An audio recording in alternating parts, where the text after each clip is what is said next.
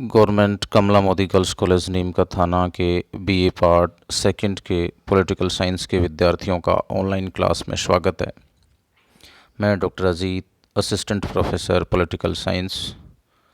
आज का हमारा टॉपिक है भारत छोड़ो आंदोलन। देखिए, सर्वप्रथम हम आंदोलन के बारे में कुछ बेसिक बातें देखते हैं। 14 जुलाई 1942 को वर्धा में कांग्रेस की कार्यकारिणी समिति ने अंग्रेजों भारत छोड़ो आंदोलन का प्रस्ताव पारित किया एवं इसकी सार्वजनिक घोषणा से पहले 1 अगस्त को इलाहाबाद में तिलक दिवस मनाया गया। 8 अगस्त 1942 को अखिल भारतीय कांग्रेस की बैठक बम्बई के ग्वालियर टैंक मैदान में हुई और भारत छोड़ो आंदोलन के प्रस्ताव को मंजूरी मिली। इस प्रस्ताव में ये घोषणा की गई कि भारत में ब्रिटिश शासन की तत्काल समाप्ति भारत में स्वतंत्रता तथा लोकतंत्र की स्थापना के लिए अत्यंत आवश्यक हो गई है। तो यहाँ हमें 2 बातें याद रखनी हैं। एक तो भारत छोड़ो आंदोलन का जो प्रस्ताव है वो कांग्रेस के किस अधिवेशन में पारित हुआ, तो ये बम्बई अधिवेशन है। और एक ये भारत छोड़ो आंदोलन प्रस्ताव किस दिनांक किस तारीख को पारित हुआ, तो ये 8 अगस्त 1942। तो ये 2 फैक्ट्स तथ्य हमें याद रखने हैं। भारत छोड़ो आंदोलन को अगस्त क्रांति के नाम से भी जाना जाता है। इस आंदोलन का लक्ष्य भारत से ब्रिटिश साम्राज्य को समाप्त करना था। यह आंदोलन भारतीय स्वतंत्रता संग्राम के दौरान काकोरी कांड के ठीक 17 साल बाद 9 अगस्त 1942 को गांधी जी के आह्वान पर पूरे देश में एक साथ आरंभ हुआ। तो एक इम्पोर्टेंट फैक्ट्स ये है कि किस आंदोलन को अगस्त क्रांति के नाम से भी जाना जाता है, तो ये भारत छोड़ो आंदोलन है, क्योंकि अगस्त में ही इस आंदोलन को देशव्यापी रूप से प्रारंभ किया गया था। अब हम इसकी ऐतिहासिक पृष्ठभूमि पर चलते हैं। दूसरे विश्व युद्ध की शुरुआत हो चुकी थी और इसमें मित्र राष्ट्र हारने लगे थे। एक समय यह भी निश्चित माना जाने लगा कि जापान भारत पर अटैक करेगा। मित्र देश अमेरिका, रूस व चीन ब्रिटेन पर लगातार दबाव डाल रहे थे कि वह भारतीयों का समर्थन प्राप्त करने का प्रयास करें। अपने इसी उद्देश्य की पूर्ति के लिए उन्होंने स्टेपर्ड क्रिप्स को मार्च 1942 में भारत भेजा। भारतीयों की मांग पूर्ण स्वराज थी, जबकि ब्रिटिश सरकार भारत को पूर्ण स्वराज नहीं देना चाहती थी। वह भारत की सुरक्षा अपने हाथों में रखना चाहती थी और साथ ही गवर्नर जनरल के वीटो के अधिकार को भी बनाए रखने के पक्ष में थी। भारतीय प्रतिनिधियों ने क्रिप्स मिशन के प्रस्ताव को खारिज कर दिया। क्रिप्स मिशन की असफलता के बाद भारतीय राष्ट्रीय कांग्रेस समिति की बैठक 8 अगस्त 1942 को बम्बई में हुई। इसमें यह निर्णय लिया गया कि भारत अपनी सुरक्षा स्वयं करेगा और साम्राज्यवाद तथा फाशीवाद का विरोध करता रहेगा।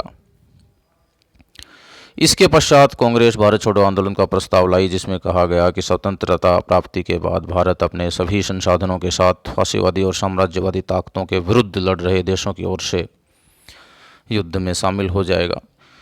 इस प्रस्ताव में देश की स्वतंत्रता के लिए अहिंसा पर आधारित जन आंदोलन की शुरुआत को अनुमोदन प्रदान कर दिया गया। अब हम चलते हैं कि भारत छोड़ो आंदोलन के दौरान क्या क्या गतिविधियां हुई। भारत छोड़ो आंदोलन का प्रस्ताव पारित होने के बाद ग्वालियर टैंक मैदान में गांधी जी ने कहा था कि मैं एक छोटा सा मंत्र है जो आपको देता हूँ, इसे आप अपने हृदय में अंकित कर लें और अपनी हर सांस में उसे अभिव्यक्त करें। यह मंत्र है करो या मरो, डू और डाई। अपने इस प्रयास में हम या तो स्वतंत्रता प्राप्त करेंगे और या फिर जान दे देंगे। तो कुछ लोग जो करो या मरो का नारा था उस पर ये उनको लगता है कि ये हिंसा को बढ़ावा दे रहा है, लेकिन ये हिंसा को बढ़ावा नहीं दे रहा।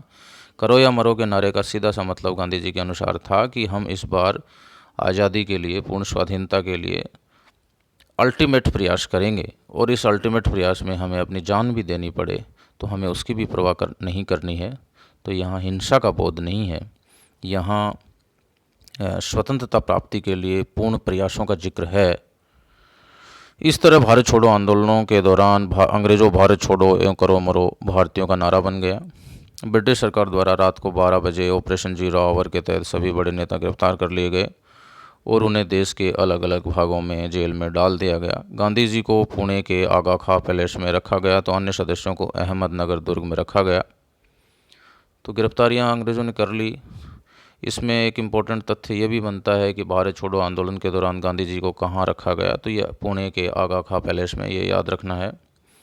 साथ ही कांग्रेस को गैर संवैधानिक संस्था घोषित करके इस पर प्रतिबंध भी लगा दिया गया। कांग्रेस को भी बैन कर दिया था अंग्रेज़ों ने। इसके विरोध में देश के प्रत्येक भाग में हड़तालों और प्रदर्शनों का आयोजन किया गया। प्रमुख नेताओं के जेल चले जाने के बाद नेतृत्व के अभाव में लोगों के बीच से नेतृत्व उभरा। अरुण आशरफ अली ने 9 अगस्त 1942 को ग्वालियर टैंक मैदान में तिरंगा फहराकर आंदोलन को गति दी। तो जयप्रकाश नारायण, राम मनोहर लोहिया और अच्युत पटवर्धन इत्यादि नेताओं ने भूमिगत रहकर आंदोलन को नेतृत्व प्रदान किया। उषा मेहता ने अपने साथियों के साथ बम्बई से कांग्रेस रेडियो का प्रसारण किया। ब्रिटिश सरकार द्वारा पूरे देश में गोलीबारी, लाठीचार्ज और गिरफ्तारियां दी गई। तो यहाँ 2 इम्पोर्टेंट फैक्ट आ जाते हैं। एक तो ये कि अंडरग्राउंड या भूमिगत रह करके आंदोलन को लीडरशिप किसने दी, तो ये नेताओं के नाम याद रखने हैं, जैसे जेपी नारायण, जयप्रकाश नारायण, राम मनोहर लोहिया, अच्युत पटवर्धन। और एक ही कांग्रेस रेडियो का प्रसारण किसने किया, ये उषा मेहता का नाम याद रखना है। ब्रिटिश सरकार की हिंसक कार्रवाई की प्रतिक्रिया में लोगों का गुस्सा भी हिंसक गतिविधियों में बदल गया था। लोगों ने सरकारी संपत्तियों पर हमला किया, रेल पटरियों को उखाड़ दिया, डाक व तार व्यवस्था को अस्त व्यस्त कर दिया और वे सरकारी इमारतों पर तिरंगा फहराने लगे। बिहार के पटना में सचिवालय पर तिरंगा फहराने के दौरान 7 युवा छात्र शहीद हो गए। अनेक स्थानों पर पुलिस और जनता के बीच हिंसक संघर्ष भी हुए। ब्रिटिश सरकार ने आंदोलन से संबंधित समाचार पत्रों को प्रकाशित करने पर रोक लगा दी। अनेक समाचार पत्रों ने इस प्रतिबंध मानने के बजाय अखबार बंद कर दिए। देश के कई भाग जैसे संयुक्त प्रांत उत्तर प्रदेश में बलिया, बंगाल में तामलुक, महाराष्ट्र में सतारा, कर्नाटक में धारवाड़ और उड़ीसा में तलचर व बालासोर में लोगों द्वारा अस्थायी सरकार की स्थापना की गई। अब यहाँ इम्पोर्टेंट फैक्ट आ चुका है कि कुछ अस्थायी सरकारें हमारे गठित हुई भारत छोड़ो आंदोलन के दौरान। कहाँ कहाँ हुई, तो उत्तर प्रदेश में बलिया, जिसको उस समय संयुक्त प्रांत कहा जाता था, बंगाल में तामलुक, महाराष्ट्र में सतारा, कर्नाटक में धारवाड़ और उड़ीसा में 2 जगह थी, तलचर व बालासोर। तो हमें ये याद रखना है। इसमें एक फैक्ट ये बन जाता है कि पहली अस्थायी सरकार कहाँ बनी, तो वो बलिया में बनी थी और ये चित्तू पांडे के नेतृत्व में बनी थी। और सतारा में जो विद्रोह का नेतृत्व किया था वो वाई.वी. चौहान और नाना पाटिल ने किया था। तो इनको भी नाम याद रखने हैं। वर्ष 1942 के अंत तक लगभग 60,000 लोगों को जेल में डाल दिया गया और कई हज़ार लोग मारे गए, जिसमें महिलाएं और बच्चे भी शामिल थे। बंगाल के तामलुक में 73 वर्षीय मतंगनी हाजरा और असम के गोहपुर में 13 वर्षीय बालिका जो है कनकलता बरवा, ये शहीद हो गए प्रदर्शन के दौरान। जयप्रकाश नारायण, अरुण आसिफ अली, एस.एम. जोशी, राम मनोहर लोहिया और कई अन्य नेताओं ने लगभग पूरे युद्ध काल के दौरान क्रांतिकारी गतिविधियों का आयोजन किया। युद्ध के वर्ष लोगों के लिए बेहद संघर्ष के दिन थे। इसी दौरान गरीबी के कारण बंगाल में गंभीर अकाल पड़ा, जिसमें लगभग 30 लाख लोग मारे गए और सरकार ने राहत पहुंचाने में कोई खास योगदान नहीं दिया। अंत में हम चलते हैं आंदोलन के महत्व पर, उसके कि क्या उसका इम्पैक्ट हुआ, उसका क्या प्रभाव और महत्व हुआ। यह आंदोलन स्वतंत्रता के अंतिम चरण को इंगित करता है। इसने गांव से लेकर शहर तक ब्रिटिश सरकार को चुनौती पेश की। इससे भारतीय जनता के अंदर आत्मविश्वास बढ़ा और समानांतर सरकार के गठन से जनता काफ़ी उत्साहित हुई।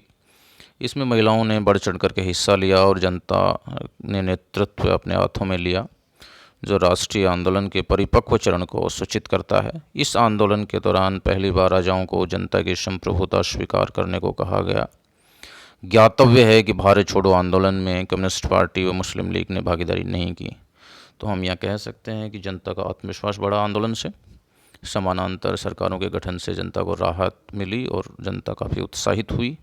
महिलाओं ने भी आंदोलन में पार्टिसिपेशन किया, जनता ने खुद लीडरशिप की और जो राजा थे यानी जो एरिस्टोक्रेसी थी उसको डेमोक्रेटिक करने का प्रयास किया गया। उनको जनता की संप्रभुता को स्वीकार करने के लिए कहा गया। हालांकि कुछ पॉलिटिकल पार्टीज़ ने सपोर्ट नहीं किया आंदोलन को, जिसमें कम्युनिस्ट पार्टी व मुस्लिम लीग प्रमुख थी। आज का हमारा टॉपिक यही था, ये समाप्त होता है। कल हम नेक्स्ट टॉपिक पर चर्चा करेंगे। धन्यवाद।